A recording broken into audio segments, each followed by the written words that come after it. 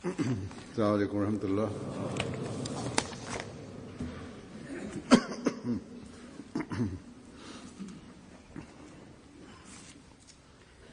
أشهد أن لا إله إلا الله وحده لا شريك له وأشهد أن محمدا عبده ورسوله أما بعد فأعوذ بالله من الشيطان الرجيم بسم الله الرحمن الرحيم الحمد لله رب العالمين الرحمن الرحيم مالك يوم الدين إياك نعبد وإياك نستعين اهدنا الصراط المستقيم صراط الذين أنعمت عليهم غير المغضوب عليهم ولا الضالين ولنبلونكم بشيء من الخوف والجوع ونقص من الأموال والأنفس والثمرات وبشر الصابرين الذين إذا أصابتهم مصيبة قالوا إنا لله وإنا إليه راجعون. इन आयत का तर्जुमा ये है कि हम हिननि आयतुनि जो तर्जुमो ही आहे त असीं ज़रूर तव्हां खे कुझु ख़ौफ़ ऐं कुझु बुख ऐं कुझु मालनि ऐं जानियुनि ऐं मेवनि जे नुक़सान ज़रिए आज़माईंदासीं ऐं सबुर करण वारनि खे ख़ुशख़बरी ॾेई छॾ। उन्हनि माण्हुनि ते जिन ते का मुसीबत ईंदी आहे त हू चवंदा आहिनि असीं यकीनन अल्लाह जा आहियूं ऐं असीं यकीनन उन ई ॾांहुं मोटी वञण वारा आहियूं। हिननि आयतुनि में मोमिननि जी उन्हनि ख़ुसूसियतुनि जो ज़िक्र कयो वियो आहे जेके हू ॾुखियाईनि ऐं मुसीबतुनि या कंहिं बि क़िस्म जो नुक़सान थियण ते ॾेखारींदा आहिनि। अल्लाह ताला फरमाए थो त हिकिड़े सचे मोमिन जो ओड़ी महिल पतो पवंदो आहे जॾहिं हू हिननि ख़ुसूसियतुनि खे हासिल करण वारो बणिजे। मोमिननि खे कॾहिं त ज़ाती तौर ते नुक़साननि खे मुंहुं ॾियणो पवंदो आहे, कॾहिं जमायती तौर ते नुक़सान थींदो आहे, पर सचो मोमिन हर क़िस्म जे नुक़सान मां अल्लाह ताला जो राज़ पोइ हासिल कंदे कामयाब थी निकिरंदो आहे ऐं निकिरणु घुर्जे उनखे। इन मज़मून ते हज़रत मसीह मऊद अलैहिस्सलातु वस्सलाम मुख़्तलिफ़ तहरीरुनि ऐं इरशादनि में वॾे तफ़सील सां रोशनी विधी आहे। मुख़्तलिफ़ पासनि खां इन मज़मून खे बयानु फ़रमायो अथनि। हिन वक़्तु मां हज़रत मसीह मऊद अलैहिस्सलातु वस्सलाम जा इन सां तालुक़ रखंदड़ हिकु ॿ हवाला पेश कंदुसि। हज़रत मसीह मऊद अलैहिस्सलातु वस्सलाम हिननि आयतुनि जी वज़ाहत फ़रमाईंदे हिकिड़े हंधि फ़रमाइनि था त मुसीबतुनि खे ख़राब न समझणु घुर्जे, छो त मुसीबतुनि खे ख़राब समझण वारो मोमिन नाहे हूंदो। अल्लाह ताला फरमाए थो त वलनबलुवन्नकुम बिशैइन मिनल खौफ़ वल जूअ व नक़्सिम मिनल अमवाल वल अनफुस वस्समरात वबश्शिर साबिरीन अल्लज़ीन इज़ा असाबतहुम मुसीबतुन क़ालू इन्ना लिल्लाहि व इन्ना इलैहि राजिऊन। फरमाइनि था त इहा ई तकलीफ़ जॾहिं रसूलनि ते ईंदी आहे त उन्हनि खे इनाम जी ख़ुशख़बरी ॾींदी आहे, ऐं इहा ई तकलीफ़ ख़राब माण्हुनि ते ईंदी आहे त उन्हनि खे तबाह करे छॾींदी आहे। मक़सद मुसीबत महल क़ालू इन्ना लिल्लाहि व इन्ना इलैहि राजिऊन पढ़णु घुर्जे त तकलीफ़ुनि महल ख़ुदा ताला जो राज़पो तलब करे। फरमाइनि था त मोमिन जी ज़िंदगी जा 2 हिसा आहिनि। जेके नेक कम मोमिन कंदो आहे उन जे लाइ अजुर मुक़ररु हूंदो आहे, पर सबुर हिकड़ी अहिड़ी शइ आहे जंहिं जो सवाब अणखुट ऐं बेहिसाब आहे। नेकी जो अजुर आहे पर सबुर जो सवाब तमामु घणो आहे। ख़ुदा ताला फरमाए थो इहे ई माण्हू साबिर आहिनि, इहे ई माण्हू आहिनि जन ख़ुदा खे समझी वरितो। ख़ुदा ताला उन्हनि माण्हुनि जी ज़िंदगी जा 2 हिसा कंदो आहे जेके सब्र जी माना समझी वठंदा आहिनि। पहिरियों जॾहिं हू दुआ कंदो आहे यानी सब्र करण वारो त ख़ुदा ताला उन खे क़बूल कंदो आहे। जहिड़ो क फरमाए थो उदऊनी अस्तजिब लकुम उजीब दावत दाए इज़ा दान।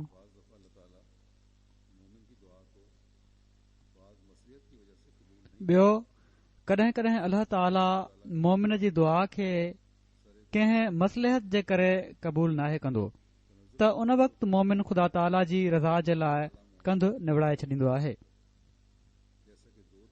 तनज़ुल जे तौर ते चयो वेंदो आहे त अल्लाह ताला मोमिन सां दोस्त जहिड़ो वास्तो रखंदो आहे। जहिड़ो का 2 दोस्त हुजनि, उन्हनि मां हिकिड़ो ॿिए जी ॻाल्हि त कॾहिं मञंदो आहे ऐं कॾहिं उन खां मञराईंदो आहे। अहिड़ी तरह अल्लाह ताला जे इन तालुक़ जो मिसाल आहे जेको हू मोमिन सां रखंदो आहे। कॾहिं हू मोमिन जी दुआ खे क़बूल कंदो आहे जहिड़ो क फरमाए थो उदऊनी अस्तजिब लकुम, ऐं कॾहिं हू मोमिन खां पंहिंजी ॻाल्हि मञराइण चाहींदो आहे। जीअं त फरमाए थो वल नबलुवन्नकुम बिशैइन मिनल खौफ। सो इन ॻाल्हि खे समझणु ईमानदारी आहे त हिक पासे ज़ोर न ॾे।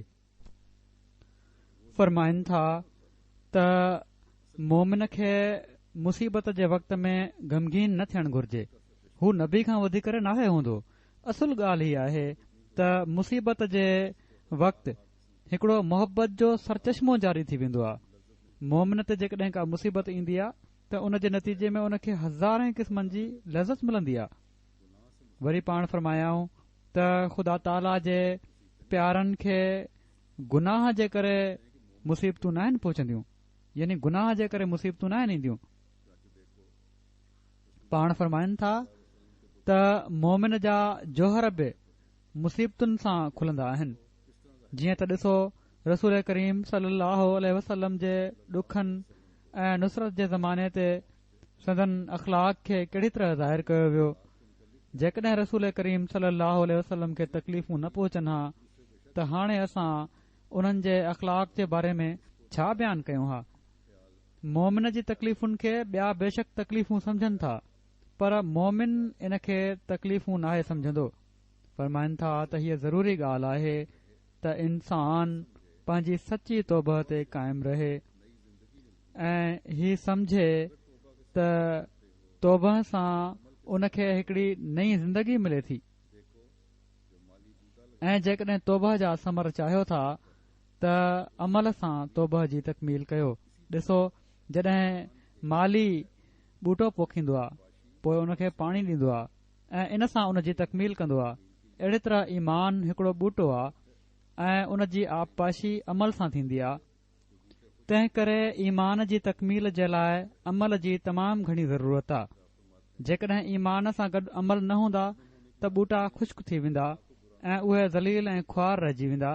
वरी पाण फरमाइनि था तव्हां मोमिन हुअण जी हालत में इब्तिला खे ख़राब न समझो ऐं ख़राब उहो ई समझंदो जेको कामिल मोमिन नाहे।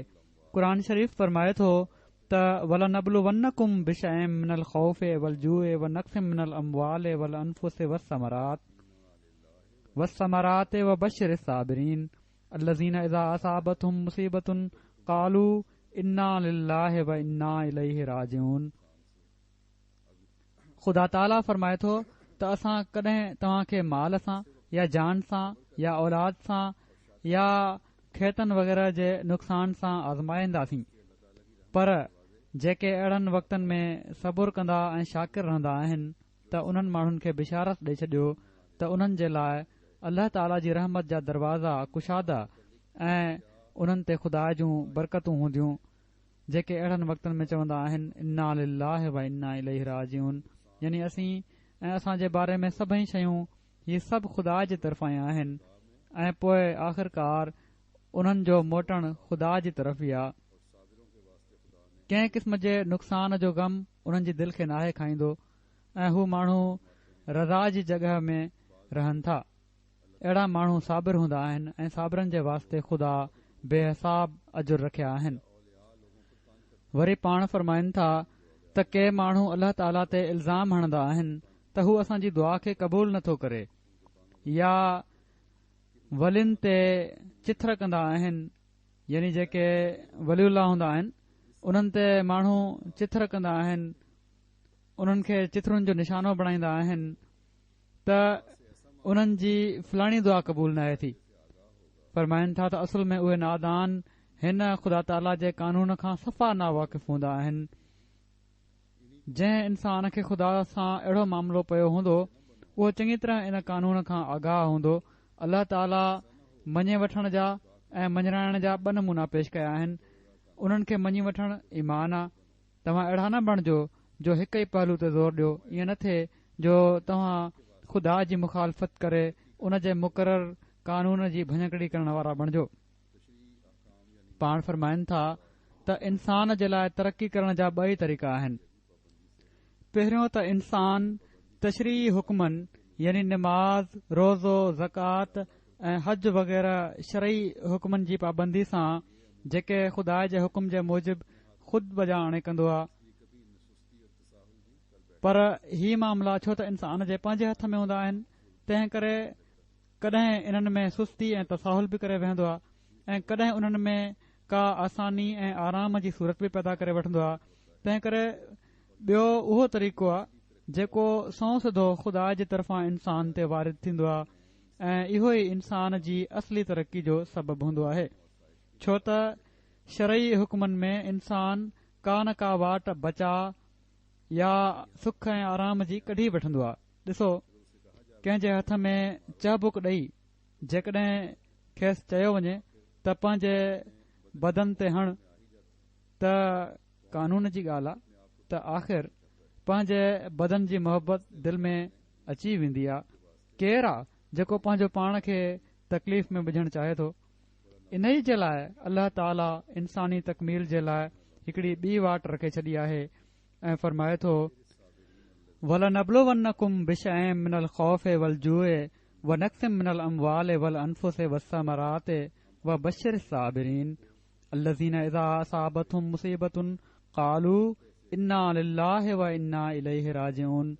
असां आज़माईंदा रहंदासीं तव्हां खे कॾहिं कुझु ख़ौफ़ मोकिले, कॾहिं बुख सां, कॾहिं माल जान ऐं मेवनि जा नुक़सान करे, पर इन्हनि मुसीबतुनि ऐं ॾुखियाईनि ऐं ग़रीबी ऐं बुख ते सबुर करे इन्ना लिल्लाहि व इन्ना इलैहि राजिऊन चवण वारे खे बिशारत ॾेई छॾियो त उन्हनि जे लाइ वॾा वॾा अजुर, ख़ुदा जूं रहमतूं ऐं उन जा ख़ासि इनाम मुक़रर आहिनि। ॾिसो, हिकिड़ो हारी केॾी न महिनत ऐं वॾी कोशिश ऐं हर काहे ज़मीन खे ठीकु कंदो आहे, पोइ ॿिज पोखींदो आहे, आबपाशी जूं ॾुखियायूं बर्दाश्त कंदो आहे। आख़िर जॾहिं क़िस्मे क़िस्मे जी ॾुखियाईनि, महिनतुनि ऐं हिफ़ाज़तुनि खां पोइ पोख तयारु थींदी आहे त कॾहिं कॾहिं ख़ुदा जी बारीक दर बारीक हिकमतुनि सां ॻड़ो पवंदो आहे, या कॾहिं सोकड़े जे करे पोख तबाह ऐं बर्बाद थी वेंदी आहे। मक़सदु ही हिकिड़ो मिसाल आहे इन्हनि ॾुखियाईनि जो, जंहिंजो नालो क़ज़ा ऐं क़दर जूं तकलीफ़ूं आहे। अहिड़ी हालत में मुसलमाननि खे जेका पाक तालीम ॾिनी वई आहे उहा केॾी न रज़ा बिल क़ज़ा जो सचो नमूनो ऐं सबक़ु आहे, ऐं हीउ बि सिर्फ़ मुसलमाननि जो ई हिसो आहे। सो इन ॻाल्हि खे असांखे हमेशह साम्हूं रखणु घुर्जे त न असांजी पंहिंजी दिलि में कॾहिं ही ख़्यालु अचे त ख़ुदा ताला छो वॾनि वॾनि नुक़साननि ऐं इब्तिलाहनि मां असांखे गुज़ारे थो ऐं न ई कंहिं मुखालिफ़ जी खिल करण या ठठोल करण या ही चवण ते त जेकॾहिं अल्लाह ताला तव्हां सां गॾु आहे त पोइ तव्हांजो नुक़सान छो थो थिए असीं परेशान न थियूं।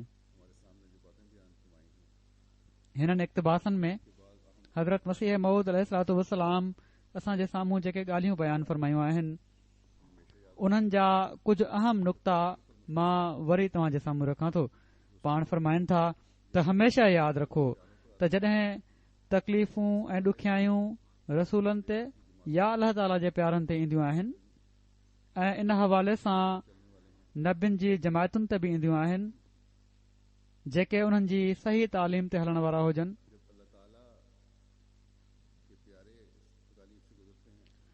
त बहरहाल जॾहिं अल्लाह ताला जा प्यारा इन्हनि तकलीफ़ुनि मां गुज़रंदा आहिनि त ख़ुदा ताला उन्हनि खे कंहिं ॾुखियाई मुसीबत में विझण जे लाइ या सज़ा ॾियण जे लाइ तकलीफ़ुनि मां नाहे गुज़ारींदो पर उन्हनि खे इनामनि जी ख़ुशख़बरी ॾींदो आहे। ऐं जॾहिं अहिड़े क़िस्म जूं तकलीफ़ूं ख़ुदा ताला जे रसूलनि ऐं उन्हनि जी जमायत जे मुखालफ़नि ते ईंदियूं आहिनि ऐं ख़राब माण्हुनि ते ईंदियूं आहिनि त उहे उन्हनि जी तबाही बणिजी ईंदियूं आहिनि ऐं उन्हनि खे तबाह करे छॾींदियूं आहिनि। वरी पाण फ़रमायाऊं त ॾुखियाईनि ते सब्र करण वारा अल्लाह ताला जे बेहद ऐं बेहिसाब सवाब जा वारिस बणजंदा आहिनि। सो हिकिड़े मोमिन खे सब्र जी माना समझण जी ज़रूरत आहे। सब्र जी ही माना नाहे त इंसान कंहिं नुक़सान ते अफ़सोस न करे पर इन जो मतिलबु ही आहे त कंहिं नुक़सान कंहिं तकलीफ़ खे पंहिंजे मथां एॾो वारिद न करे वठे जो होश ऐं हवास विञाए वेहे ऐं मायूस थी वेही रहे ऐं पंहिंजी अमली ताक़तुनि खे कतब न आणे। सो हिकु हद ताईं अफ़सोस बि ठीकु आहे करणु घुर्जे कंहिं नुक़सान ते ऐं इन सां गॾु ई हिकिड़े नए अज़म सां अॻिलिन मंज़िलुनि ते हलण लाइ पहिरियां खां वधी करे कोशिश जो अज़म ऐं अमली ज़रूरत आहे। पोइ हीउ बि यादि रखणु घुर्जे त सब्र करण वारे खे ई दुआ जी हक़ीक़त बि मालूम थींदी आहे। कॾहिं अल्लाह ताला फौरी तौर ते दुआ क़बूल करे वठंदो आहे त कॾहिं अल्लाह ताला कंहिं मसलिहत जे करे दुआ क़बूल नाहे कंदो। पर मोमिन जो कमु आहे त हर हालत में अल्लाह ताला जी रज़ा ते राज़ी रहे ऐं अल्लाह ताला जे कंहिं फ़ैल ते शिकवो न करे। इहो ई सही सब्र आहे ऐं जॾहिं अहिड़ी सब्र जी हालत हुजे त पोइ अल्लाह ताला पंहिंजे बाननि खे खूब नवाज़ींदो आहे इनाम ॾींदो आहे। पाण फरमाइनि था त अल्लाह ताला जा सचा बाना ॾुखियाईनि जे वक़्त में बि मज़ो वठी रहिया हूंदा आहिनि छो त उन्हनि खे नज़र अची रहियो हूंदो आहे त इन्हनि जे पुठियां बि इन्हनि ॾुखियाईनि जे पुठियां बि अल्लाह ताला जा केतिरा ई इनाम ऐं फज़ल हलंदा पिया था अचनि। सो पाण फरमाइनि था त मोमिन ते ॾुखियायूं ऐं मुसीबतूं उन्हनि जे गुनाहनि जे करे न आहिनि ईंदियूं पर अल्लाह ताला जे तरफ़ां हिकिड़ो इम्तिहान हूंदो आहे त जीअं दुनिया खे बि ख़बर पइजी वञे त ख़ुदा ताला जा बाना हर हालत में अल्लाह ताला जी रज़ा ते राज़ी रहण वारा हूंदा आहिनि। पाण फरमायाऊं त दुनिया में सभिनी खां वधीक प्यारो वजूद अल्लाह ताला खे जेको आहे या हो उहा पाण सॻोरन सल्लल्लाहु अलैहि वसल्लम जी ज़ात हुई पर पाण सॻोरन सल्लल्लाहु अलैहि वसल्लम खे बि केतिरियूं ई तकलीफ़ूं पहुतियूं ऐं ज़ाती तकलीफ़ूं बि पहुतियूं ऐं जमायती तकलीफ़ूं बि पहुतियूं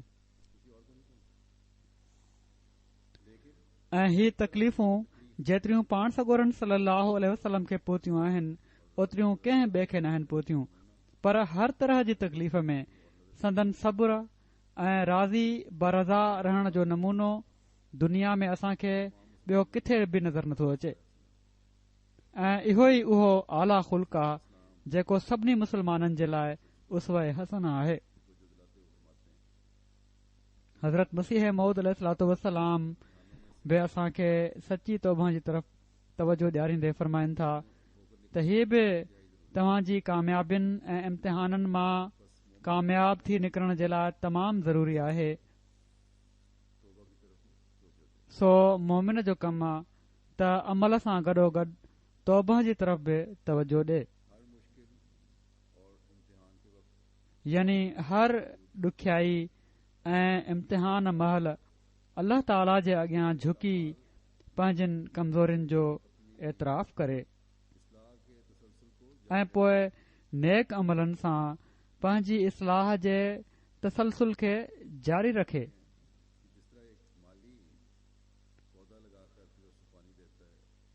पाण फरमाइनि था त जहिड़ी तरह हिकिड़ो माली ॿूटो पोखे पोइ उन खे पाणी ॾींदो आहे, उन खे पालींदो आहे, अहिड़ी तरह मोमिननि खे बि घुर्जे त ईमान जे ॿूटे खे नेक अमलनि जो पाणी ॾियनि। जेकॾहिं हीउ कंदो त इहो ई हिकिड़े मोमिन जी कामयाबी जो ज़रियो बणिजी वेंदो आहे। पाण फरमायाऊं त माण्हुनि जी ॻाल्हियुनि खां परेशान थियण जी ज़रूरत नाहे। केतिरा ई माण्हू ॻाल्हियूं कंदा आहिनि। माण्हू त औलिया अल्लाह ते बि एतिराज़ कंदा आया आहिनि त उन्हनि जी फलाणी दुआ क़बूल नाहे थी, फलाणी क़बूल नाहे थी। पाण फरमायाऊं त अहिड़ा एतिराज़ करण वारा दरअसल अल्लाह ताला जे कानून खां ई ला इल्म आहिनि। हिकिड़े मोमिन खे त ख़बर आहे त अल्लाह ताला कॾहिं त मञी वठंदो आहे ऐं कॾहिं मञराईंदो आहे। इहो ई उन जो कानून आहे। पाण असां खे नसीहत फरमायाऊं त तव्हां अहिड़ा न बणिजो जो इन कानून जी जेके भञकड़ी करण वारा हूंदा आहिनि।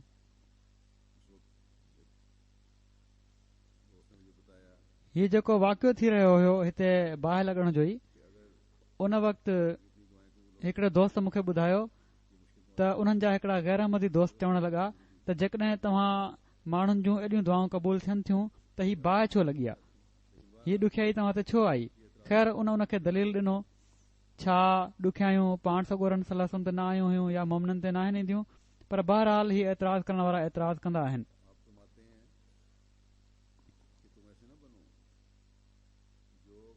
पाण फरमाइनि था त तव्हां अहिड़ा न बणिजो जेके कानून जी भञकड़ी करण वारा हूंदा आहिनि। पाण फरमायाऊं त मोमिननि जे लाइ मुसीबतूं ऐं ॾुखियायूं हमेशह न आहिनि रहंदियूं, ईंदियूं आहिनि ऐं हली वेंदियूं आहिनि। सो सबुर ऐं दुआ ऐं पंहिंजे अमलनि सां अल्लाह ताला जे फज़लनि खे जज़्ब करण वारा बणिजो ऐं जॾहिं बि ॾुखियाईनि मां गुज़रो, जॾहिं बि मुसीबतूं अचनि त इन्ना लिल्लाहि व इन्ना इलैहि राजिऊन चवण वारनि में शामिल थी वञो। ही उहे माण्हू आहिनि जिन खे अल्लाह ताला बिशारत ॾिए थो पिए। जॾहिं इंसान इन्ना लिल्लाह चवंदो आहे त इन जो मतिलबु हीउ आहे त असीं अल्लाह ताला जा ई आहियूं। सो जॾहिं असां मुसीबतूं या नुक़सान ॾिसी इन्ना लिल्लाह चवंदा आहियूं त इन जो मतिलबु हीउ आहे त असां जॾहिं अल्लाह ताला जा आहियूं त अल्लाह ताला असांखे कॾहिं बि तबाह ऐं बर्बाद न कंदो। जेकॾहिं का ॾुखियाई आई आहे त शायदि अल्लाह ताला असांखे पहिरियां खां वधी करे इनाम ॾियण जे लाइ तयारु करणु चाहे थो ऐं इन्ना इलैह राजिऊन चई करे पोइ असीं अल्लाह ताला जे अॻियां झुकी हीउ चऊं था त आईंदा जे वॾे इनाम में असांजे करे पोइ का रोक न पैदा थिए, पर असीं ए अल्लाह तुंहिंजी तरफ़ झुकंदे ई इनाम घुरूं था ऐं हमेशा तुंहिंजे फज़लनि जा ई तलबगार आहियूं। सो असांखे साबिर बि बणाए ऐं असांखे पंहिंजे अमलनि खे बहितर करण वारो बि बणाए ऐं असांखे पाण ॾांहुं हमेशा झुकियो रहण वारो बि बणाए। ऐं जॾहिं असीं ही हालत पैदा कंदासीं त पोइ इनशा अल्लाह ताला तरक़ियूं बि थींदियूं ऐं पहिरियां खां वधी करे जमायती तरक़ियूं नज़र ईंदियूं। असांखे दुश्मन जी दुश्मनी ऐं उन्हनि जी खिल ठठोल असांजो कुझु बि नथो बिगाड़े सघे जेकॾहिं असांजो अल्लाह ताला सां सही तालुक़ आहे, हक़ीक़ी तालुक़ात। कुझु ॾींहं पहिरियां जहिड़ो क मूं ॿुधायो पहिरियां बि, हिते मस्जिद जे लॻ ॿिनि हालनि में बाहि जे करे वॾो नुक़सान थियो आहे। तमामु ख़ौफ़नाक बाहि हुई। इन ते जॾहिं मुख़्तलिफ़ टीवी चैनल्स ऐं ॿी मीडिया ख़बर ॾिनी आहे त किन बुग़्ज़ ऐं कीने में वधियल माण्हुनि वॾी ख़ुशीअ जो इज़हार कयो।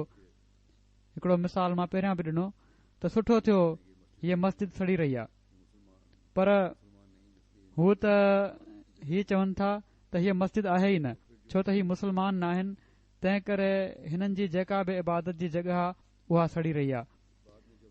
पोइ जेको अफ़सोस जो बाद में जंहिं ॻाल्हि जे अफ़सोस जो इज़हार कयो हिननि माण्हुनि, पहिरियां त ख़ुशी मल्हायूं, पोइ अफ़सोस जो जेको इज़हार कयूं उहो इन ॻाल्हि ते न त छो हिसो सड़ियो, पर इन ॻाल्हि ते अफ़सोस कयाऊं त हिननि जा सिर्फ़ 2 हाल सड़िया आहिनि, मस्जिद छो न आहे सड़ी। इन ॻाल्हि ते असांखे वॾो अफ़सोस आहे त हीअ त अॼुकल्ह जे किन मुस्लमाननि जो हाल आहे, पर सभई अहिड़ा न आहिनि। किन इलाइक़नि मां मुस्लमाननि असां सां हमदर्दी जो इज़हार बि कयो आहे।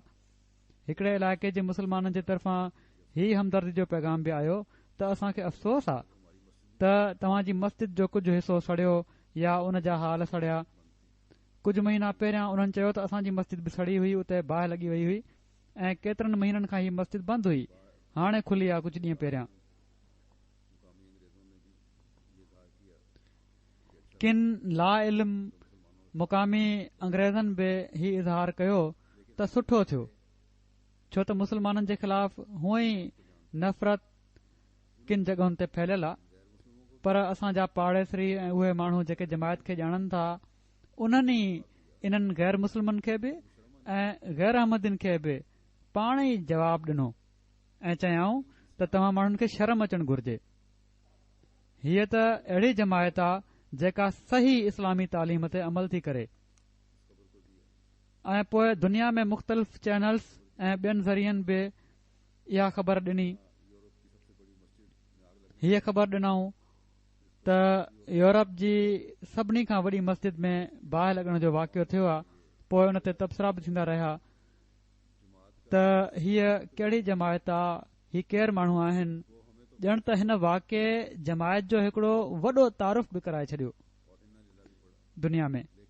तोड़े असांखे त अफ़सोस थियो, असां सबुर बि ॾेखारियो ऐं इन लाइ पढ़ियो, पर अल्लाह ताला इन नुक़सान ऐं इम्तिहान में बि जमायत जे हक़ में माण्हुनि खे खड़ो करे दुनिया खे ॿुधाए छॾियो त मां हिननि सां गॾु आहियां।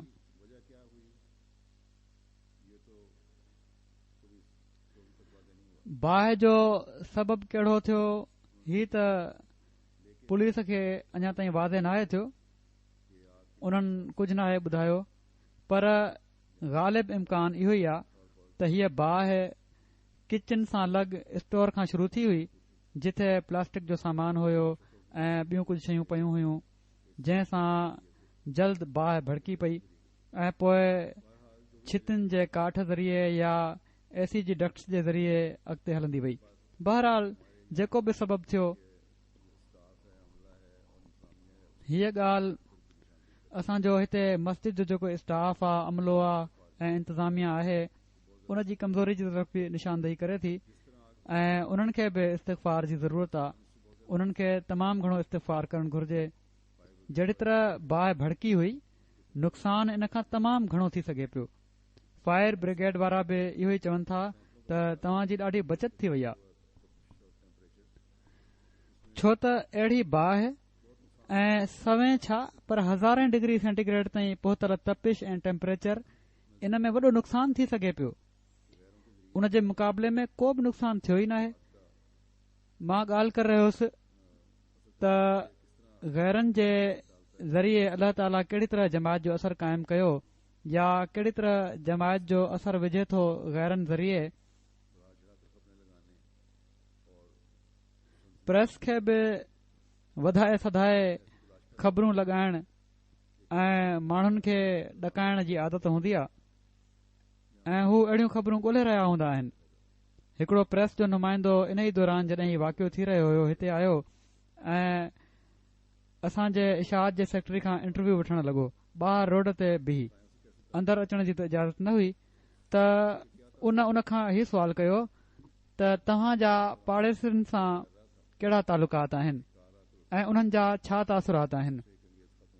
इन ई दौरान अञा सुवाल करे रहियो हुयो जो हिकिड़ी कार अचे बीठी ऐं उन मां हिकिड़ी अंग्रेज़ औरत लथी ऐं वेझो अची हीउ चयईं त मां तव्हांजी पाड़ेसरी आहियां, हिते ई भरिसां ई रहंदी आहियां मस्जिद जे, ऐं पोइ पंहिंजी मदद जी पेशकश कयईं। अहिड़ी तरह केतिरा ई ॿिया माण्हू आया, चर्च जा नुमाइंदा आया।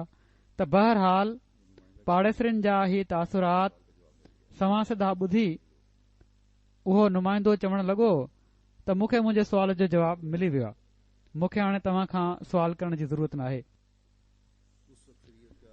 त हिकु पासे त ही रवैयो आहे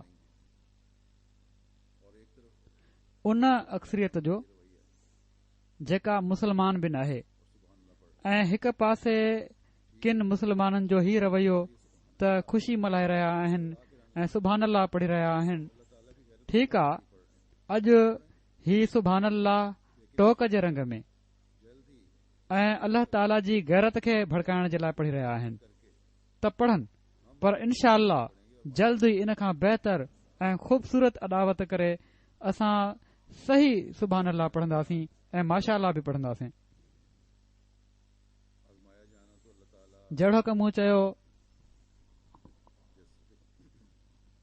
आज़मायो वञण त अल्लाह ताला जी सुनत आहे। हाणे ही बि चयो,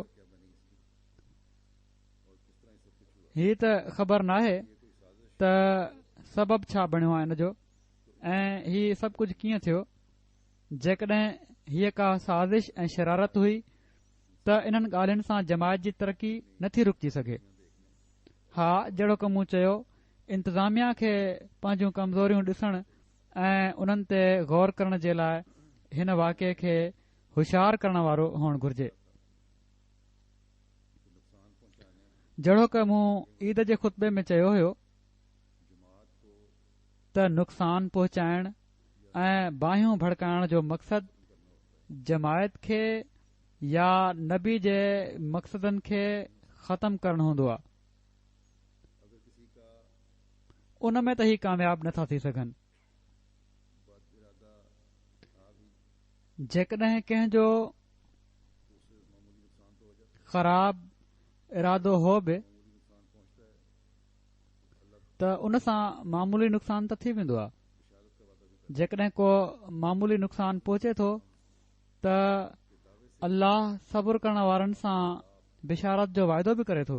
हज़रत मसीह मऊद अलैहिस्सलातु वस्सलाम जी दावा खां ई संदन ख़िलाफ़ साज़िशूं ऐं बाहियूं लॻाइण जो सिलसिलो जारी आहे। पर छा थी रहियो आहे, कहिड़ो नतीजो निकिरी रहियो आहे। जमायत जी तरक़ी असांखे हर हंधि नज़र अचे थी। हिकिड़ी बाहि त ज़ाहिरी बाहि आहे, पर हिकिड़ी बाहि इंसान जे अंदर जी हसद, कीने ऐं बुग़्ज़ जी बाहि बि आहे। तोड़े बज़ाहिर त असांजी मस्जिद सां मुतसिल हिकिड़े हिसे खे बाहि लॻी, पर जहिड़ो की मूं चयो, असांजो त हीउ नुक़सान इनशा अल्लाह ताला पूरो थी वेंदो ऐं इनशा अल्लाह असां अल्लाह ताला जी बिशारतुनि मां हिसो वठण वारा बि थींदासीं। ऐं हीउ सबुर ऐं दुआ असांखे अल्लाह ताला जे थधिकार ऐं थधी छांव में विहारींदो। पर इन ज़ाहिरी बाहि सां बि मुखालफ़नि जूं हसद जूं बाहूं बि भड़की रहियूं आहिनि। जहिड़ो की मूं ॿुधायो, केतिरा ई माण्हू बाहि लॻण ते ख़ुशि आहिनि, पर पोइ इन बारे में अफ़सोस करण लॻी पिया त हिननि जी मस्जिद छो न सड़ी, हिननि जो एॾो थोरो नुक़सान छो थियो आहे। इन खां तमामु घणो नुक़सान हुअणु घुर्जे हा। ॼण त जेका ज़ाहिरी बाहि असांजे ख़िलाफ़ भड़काई हुआ, उहा बि हज़रत मसीह मऊद अलैहिस्सलातु वस्सलाम जे मुखालफ़नि खे साड़े रही आहे, हसद जी सूरत में, कीने जी सूरत में, बुग़्ज़ जी सूरत में जमायत अहमदिया जा कम त उन वक़्त बि न बीठा हुआ जॾहिं बाहि लॻण जो वाक़ियो थी रहियो हुयो। लंडन खां ॿाहिरि या यूके खां ॿाहिरि जी ॻाल्हि नाहे, पर हिते लंडन में असां पंहिंजा कम कयूं पिया वञूं। के असांजा वर्कर परेशान ज़रूर हुआ, पर जहिड़ो क मूं ॿुधायो त अफ़सोस त नुक़सान त थींदो आहे, हिकड़ी फितरी ॻाल्हि आहे, पर अफ़सोस खे मथां मुसलत नाहे कयो वेंदो। MTA जे इंतज़ाम जो हिकड़ो हिसो बि हिते ई आहे, पर तमामु वॾो हिसो हिते आहे।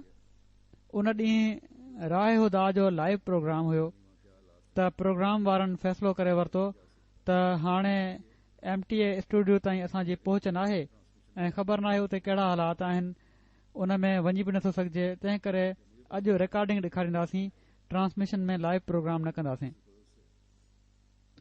जॾहिं मूंखे ख़बर पई त मूं चयो त मस्जिद फज़ल मां लाइव प्रोग्राम थींदो, का इन में रोक वारी ॻाल्हि नाहे ऐं अहिड़ा फ़ैसिला हिननि खे पाण करण बि न घुर्जनि मूंखां पुछे बिना। उन्हनि खे घुर्जे पियो त फौरन मूंखां पुछनि हा त हिन लाइव प्रोग्राम जे लाइ हाणे छा कयो वञे। त बंदि करे जेको हिननि जो इरादो हुयो या मायूसी हुई या फौरी फ़ैसिलो न करे सघिया हू, जेकॾहिं लाइव प्रोग्राम न थिए हा त ही अहमदिन खे बि ऐं दुनिया खे बि ही पैगाम ॾेई रहिया हुजनि हा त असांजो सॼो निज़ाम हिन वाक़े सां तबाह ऐं बर्बाद थी वियो आहे, जेको नाहे थियो।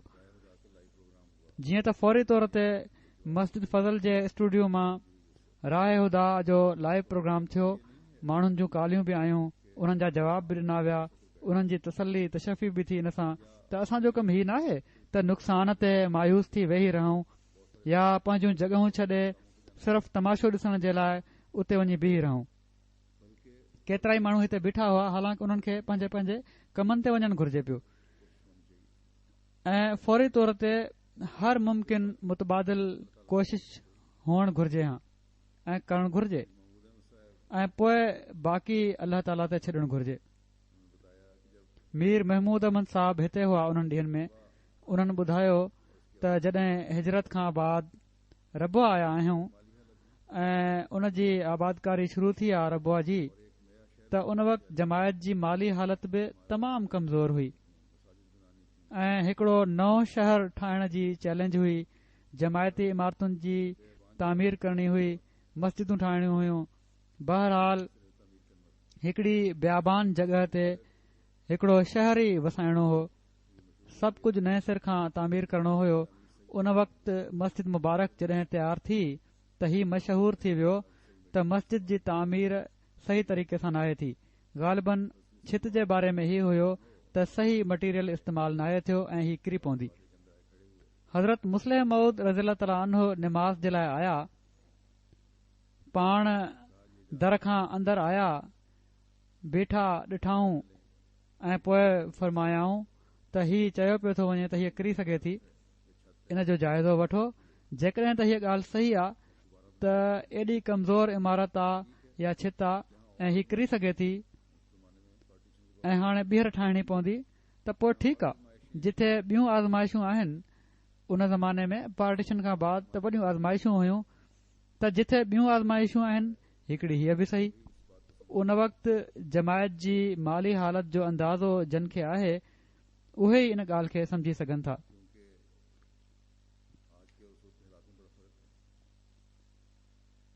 छो त अॼोके ऐं उन वक़्त जे हालात में वॾो फ़र्क़ु आहे।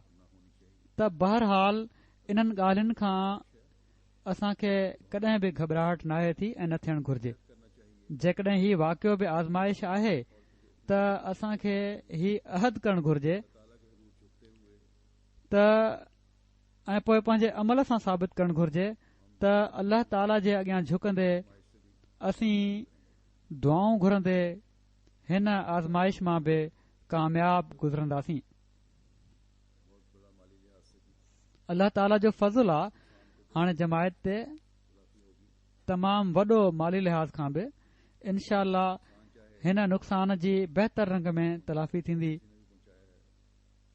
हीउ नुक़सान तोड़े कहिड़ी तरह बि पहुतो आहे कंहिं बि पहुचायो आहे या असांजी नाअहली जे करे थियो आहे, बेहतियाती जे करे थियो आहे या हादसाती तौर ते ही वाक़ियो थियो आहे, जेको बि आहे सबबु इन जो, इनशा अल्लाह इन खे असां ई अल्लाह ताला जे फज़ल सां ॿीहर ख़ूबसूरत शिकिल में वापसि आणणो आहे।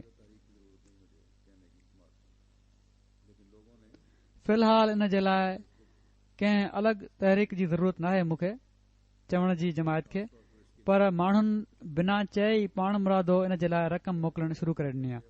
ॿारनि ख़ासि तौर ते इन जे लाइ चंदो ॾियणु शुरू करे छॾियो आहे बिना चए, ऐं बिना चए ख़ुदि ॿार पंहिंजूं जेके भंडारियूं आहिनि उहे पेश करे रहिया आहिनि ऐं पूरियूं भंडारियूं मोकिले छॾियूं अथनि, जिन में जेतिरा सिका जमा हुआ सभई ॾेई छॾियाऊं।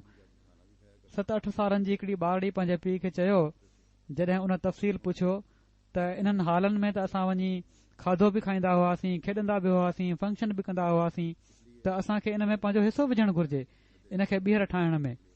ही ॿारड़ी जा जज़्बात आहिनि। इन लाइ मूं वटि जेके पैसा गॾु आहिनि मां ॾियां थी ऐं पंहिंजी भंडारी खणी आई। सो जॾहिं क़ौम जा ॿार बि अहिड़ो अज़म रखंदा हुजनि त पोइ उन्हनि खे केरु मायूस करे सघे थो। ही मामूली नुक़सान छा था चई सघनि। पोइ असांजा पाड़ेसरी जेके आहिनि उहे बि पंहिंजो हक़ अदा करे रहिया आहिनि, करण जी कोशिश करे रहिया आहिनि। अमीर साहब ॿुधायो त हिते स्कूल जे हेड मास्टर जो पैगाम आयो आहे त स्कूल जा ॿार हिन इमारत जी ॿीहर तामीर जे लाइ कुझु रक़म गॾु करे चंदो ॾियणु चाहिनि था। ही आला अख़लाक जेके मुस्लमाननि खे ॾेखारणु घुर्जनि, ही गैर मुस्लिम ॾेखारे रहिया आहिनि। तोड़े असां वठूं या न वठूं, बहरहाल उन्हनि पंहिंजे जज़्बात जो इज़हार कयो ऐं असां खे उन्हनि जे जज़्बात जो क़दुरु करणु घुर्जे। जहिड़ो की मूं चयो त बाहि जी शिदत तमामु घणी हुई, के लोहा गार्डर ऐं फ्रेम अहिड़ी तरह घुचमुच थी विया जहिड़ी तरह सुकल गाह खे मरोटियो वेंदो आहे, पर इन जे बावजूद कुझु दफ़्तर बची बि पिया आहिनि, उन्हनि जा रिकॉर्ड बि महफ़ूज़ आहिनि।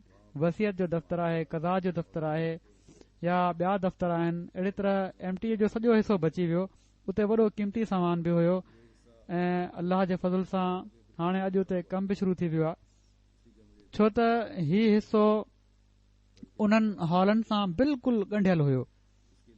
तंहिं करे जॾहिं मूंखे इतलाह मिलियो त फ़िक्र बि पैदा थियो, पर दुआ बि हक़ीक़त में इन जे लाइ शुरू थी, उन खां बाद ई शुरू थी, छो त हिते बाहि पहुचण जो मतिलबु हुयो त हाणे असुल मस्जिद जी तरफ़ बाहि वधी सघे थी। बहरहाल अल्लाह ताला फज़ुल फरमायो ऐं उन्हनि जी लाइब्रेरी खे नुक़सान त पहुतो आहे, पर उन जो बि 70% हिसो असां ॿिए हंधि महफ़ूज़ करे वरितो हो।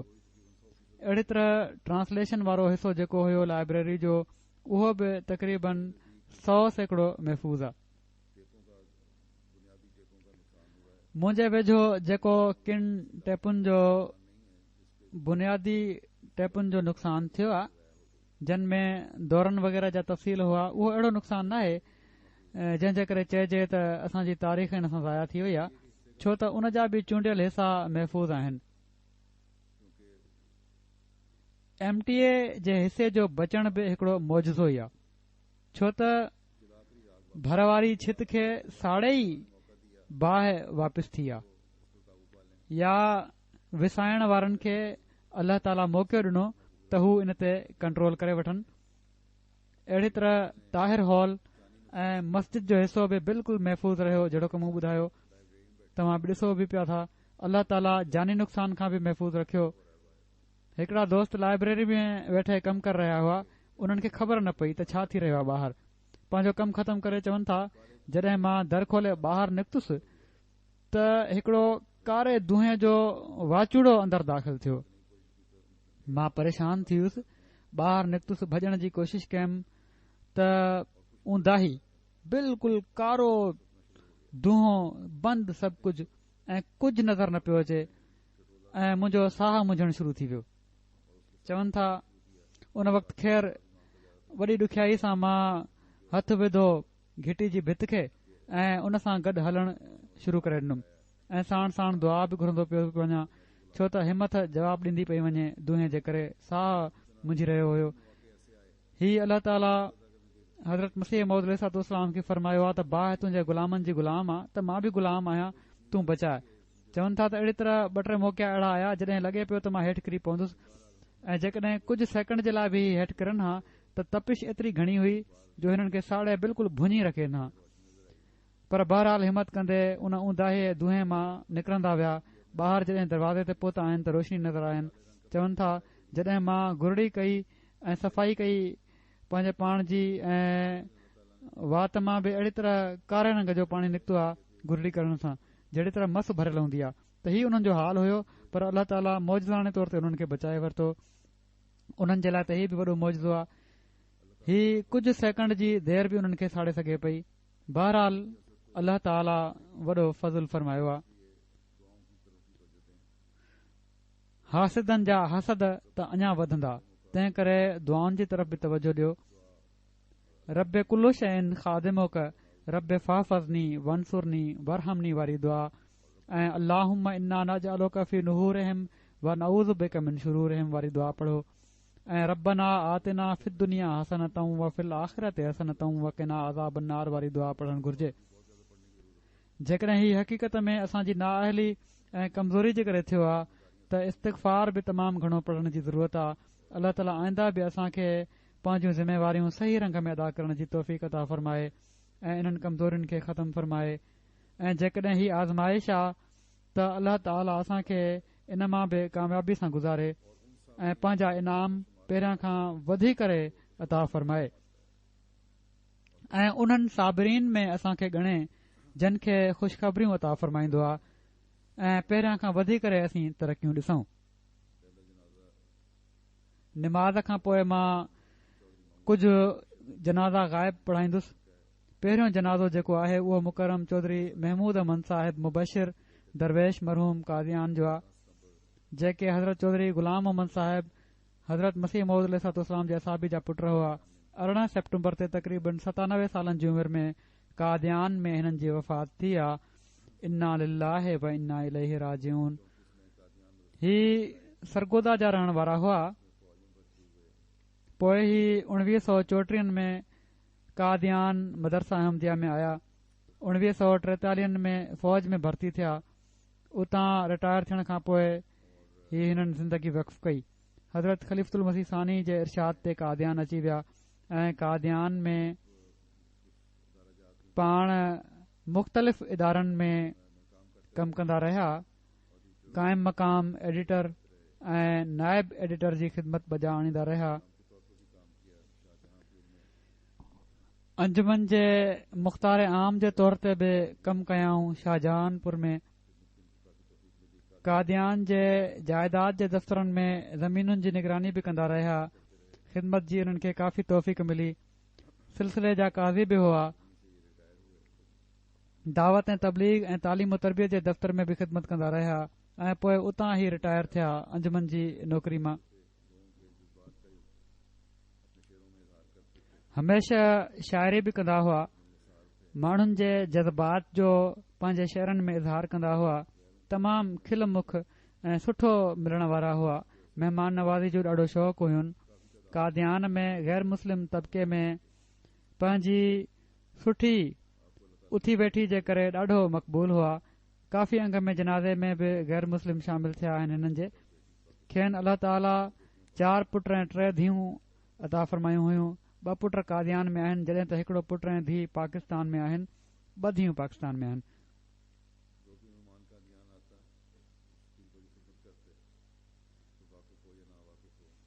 जेको बि महिमान कादियान ईंदो हुयो उन जी वॾी ख़िदमत कंदा हुआ, तोड़े वाक़िफ़ हुजे या नावाक़िफ़ हुजे। ऐं हिकिड़ो दरवेशी जो वक़्तु बि हिननि वॾे सब्र ऐं हौसले सां गुज़ारियो। अल्लाह ताला दर्जा हिननि जा बुलंद फ़रमाए। हिननि जी औलाद खे बि हिननि जूं नेकियूं जारी रखण जी तौफ़ीक़ ॾे।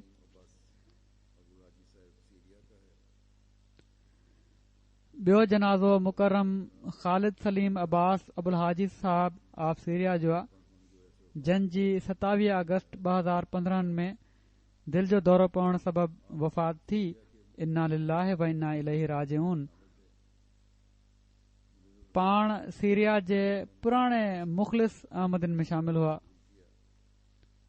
मुनीरुल हसनी साहब जी तबलीग जे नतीजे में 1927 में पाण अहमदियत क़बूल कयाऊं।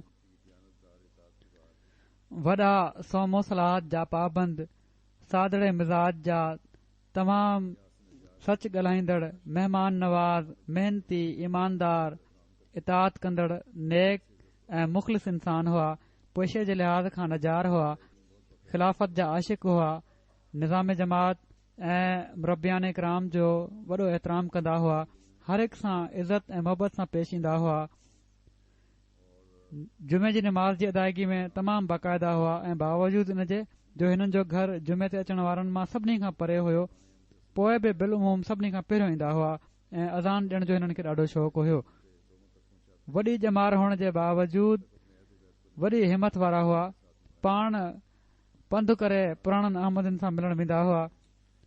ख़ुतबा ऐं ख़िताब बाक़ायदगी सां ॿुधंदा हुआ, माण्हुनि ताईं पहुचाईंदा हुआ। आख़िरी घड़ी ताईं पंहिंजे बैत जे अहद खे निभायाऊं ऐं इख़लास ऐं वफ़ा सां निभायाऊं। जलसे सालियाने रबुआ ऐं यूके में बि शामिल थी चुका आहिनि। सभई मुरबी जेके बि हिननि सां गॾु रहिया ऐं जेके माण्हू बि रहिया, उन्हनि हिननि जे गैर मामूली इख़लास ऐं मुरबियुनि सां सुहिणे वर्ताव जी वॾी तारीफ़ कई आहे। अल्लाह ताला मरहूम जा दर्जा बुलंद फरमाए। हिननि जी शायदि हिकड़ी धीउ सिर्फ़ अहमदी आहे, बाक़ी ॿार अहमदी न आहिनि। हिननि खे ॾाढो अफ़सोस हुयो इन ॻाल्हि जो। अल्लाह ताला हिननि जे ॿारनि खे बि अहमदियत क़बूल करण जी तौफ़ीक़ अता फरमाए ऐं उन्हनि जी दुआउनि ऐं नेक ख़्वाहिशुनि खे पूरो फरमाए उन्हनि जी औलाद जे हक़ में। हिननि जो अहमदियत क़बूल करण जो वाक़ियो बि हिन तरह त जॾहिं हिननि ॾिठो त हिकड़ो शख़्स हिकड़े मुला सां बहस करे रहियो आहे ऐं उनखे कुझु अल्लाह ऐं रसूल जो वास्तो ॾेई कुझु ॿुधाए रहियो आहे ऐं मुला उनखे काफ़र काफ़र चवंदो पियो थो वञे। आख़िर पतो पयुनि त जंहिंखे काफ़र चयो पियो थो वञे उहो शख़्स अहमदी हुयो। त हिननि ही सोचियो त हिकड़ो शख़्स अल्लाह ऐं रसूल जी ॻाल्हि करे पियो थो ऐं उनखे ई काफ़र चई रहियो आहे। त इन ॻाल्हि सां उन्हनि पोइ आख़िर उन ई सां राब्तो करे जमायत जे बारे में मालूमात वरिती ऐं पोइ आस्ते आस्ते इल्मु हासिल करे अल्लाह ताला हिननि खे अहमदियत क़बूल करण जी तौफ़ीक़ अता फरमाई। अल्लाह ताला मरहूम जा दर्जा बुलंद फरमाए।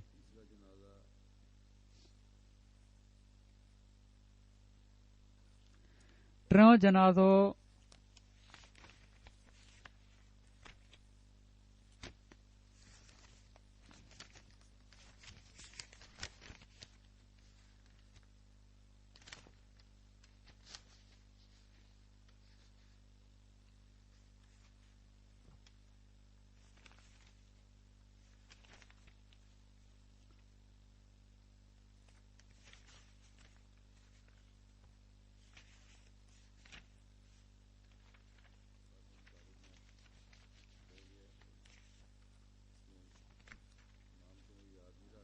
ग़ालिबन काग़ज़ रहिजी वियो आहे। नालो त मूंखे यादि न आहे रहियो हिन वक़्तु, पर बहरहाल हिकड़े सीरियन अहमदी दोस्त जो ई आहे जिन खे ही जेके अॼुकल्ह जंगी हालात आहिनि उते उन में बम जा टुकड़ा लॻा, उन जे करे शहीद थी विया। अल्लाह ताला हिननि जा दर्जात बुलंद फरमाए ऐं सीरिया जे हालात जे लाइ दुआ कयो। अल्लाह ताला उते बि बहितरी पैदा फरमाए। सभिनी मुस्लमान मुल्कनि खे अकुल ऐं समझ ॾे ऐं हिक ॿिए जा कंध कपण जे बदिरां उहे सही मुस्लमान बणजनि ऐं पाण में रहम इन्हनि में पैदा थिए ऐं ज़माने जे इमाम खे मञण जी अल्लाह ताला उन्हनि खे तौफ़ीक़ अता फरमाए।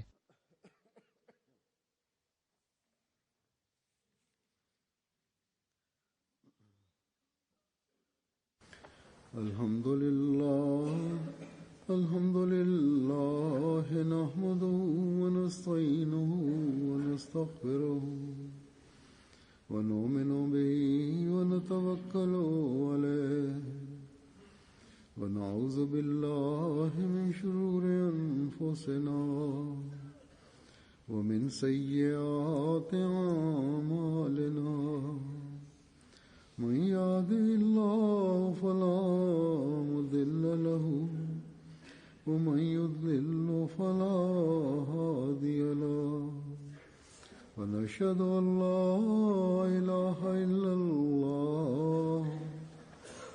ونشهد أن محمدا عبده ورسوله عباد الله رحمكم الله إن الله يأمر بالعدل والإحسان وإيتاء ذي القربى وينهى عن الفحشاء والمنكر والبغي يعظكم لعلكم تذكرون اذكروا الله يذكركم وادعوه يستجب لكم ولذكر الله أكبر